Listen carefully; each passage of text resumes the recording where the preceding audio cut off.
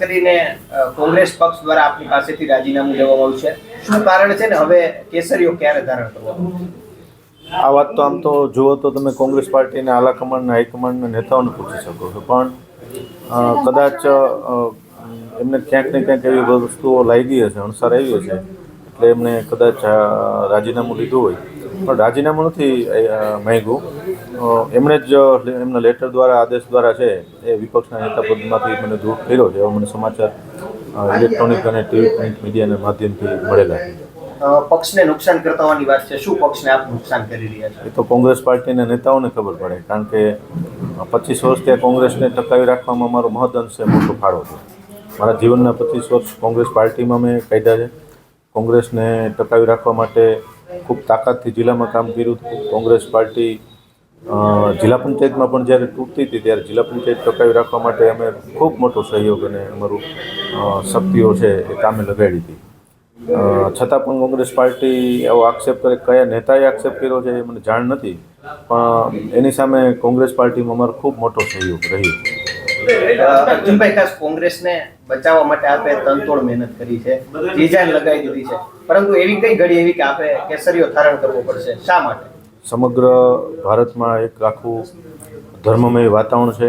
આસ્થાનું કેન્દ્ર આપણું રામ જન્મભૂમિ અયોધ્યામાં જ્યારે ભગવાન ઈષ્ટ રામચંદ્રજી ભગવાનની સ્થાપના થઈ રહી છે ત્યારે અને સાથે સાથે સમગ્ર ભારતમાં, ગુજરાતમાં આપણા આદરણીય વડાપ્રધાન નરેન્દ્રભાઈ મોદી જે વિકાસ રથના પૈડાઓ આગળ ધપાવી રહ્યા છે ત્યારે ક્યાંક ને ક્યાંક એમાં સહભાગી થવા માટેનો જ્યારે અમને મોકો મળ્યો છે ત્યારે આ મોકો ઝડપી અને અમે આગળ વધવા માટેના પ્રયત્નો સૌ સાથી મિત્રો દ્વારા કરી રહ્યા છીએ. કેસરીઓ ક્યારે ધારણ કરશો ને કોણ કોણ તમારી સાથે રહેશે?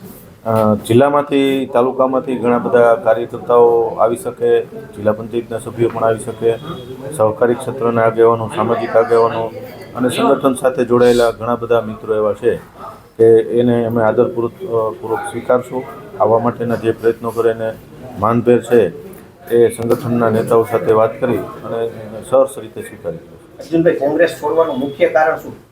મેં આપને વાત કરી ને કે આ 2-3 મુદ્દા, એક વિકાસની રાજનીતિ, વિકાસ સાથે જોડાયેલા જે અમારા વિકાસ સાથે જોડાવા માટેના અમારા જે પ્રયત્નો છે, અને એક આસ્થા સાથેનું અમારું જે હૃદયસ્પર્શી જે કામ થઈ રહ્યું છે સમગ્ર ભારત વર્ષ માટે જે ગૌરવની વાત છે, આ બધા જ મુદ્દાઓ છે એ ક્યાંક ને ક્યાંક ખેંચાણ કરે એવી બાબત. નારાજગી કોનાથી? કોંગ્રેસ પક્ષમાં કોઈ પણ સાથે નારાજગી નથી. હું કોઈની નેગેટિવ વાત કરું એવું મારું કાયમ માટે સ્વભાવ નથી, અને ક્યારેય પણ કોઈને નુકસાન કરવા માટેનો મેં ક્યારેય એવો પ્રયત્ન નથી કર્યો.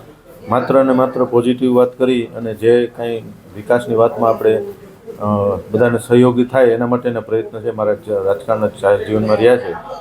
હું 25 વર્ષનું મારું જાહેર જીવન યુથ કોંગ્રેસથી લઈ અને જિલ્લા પંચાયતની મારી આ 4 ટર્મ સહકારી ક્ષેત્રમાં માર્કેટિંગ યાર્ડથી હોય કે સામાજિક રીતે ક્યાંય પણ જોડાયેલા હોય, એ બધી જગ્યા ઉપર લોકોપયોગી કામ અને લોક કલ્યાણના કામો છે અમે સાથે મળીને કર્યા છે અને આવતા દિવસોમાં પણ કરશું. હાઈકમાન્ડ સાથે કઈ વાત થઈ હતી કોંગ્રેસના?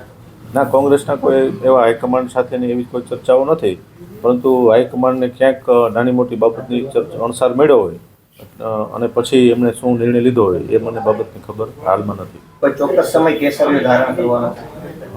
ભારતીય જનતા પાર્ટીના સંગઠનના નેતાઓ અને હાઈકમાન્ડના જે નેતાઓ જે નિર્ણય કરે એ ચોક્કસ સમય છે એ બતાવશે. અમને તો હાલમાં કોઈ એવો ચોક્કસ સમયની માહિતી અમારી પાસે નથી. કોને સંપર્ક કર્યો તો ભાજપમાં આપનો?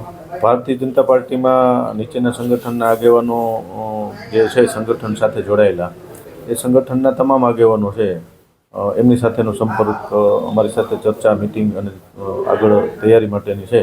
એ મિટિંગ ગઈકાલે ને આજે પણ થઈ.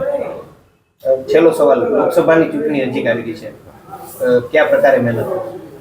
ચોક્કસ, મેં આપને વાત કરી એમ વિકાસના કામમાં સહભાગી થવા માટે લોકસભામાં જે કાંઈ પાર્ટી જવાબદારી આપશે એના માટેના પૂરા પ્રયત્નો કરશું અને પૂરી રીતે છે એમને સમર્થન આપી અને પરિશ્રમ લગાવશું.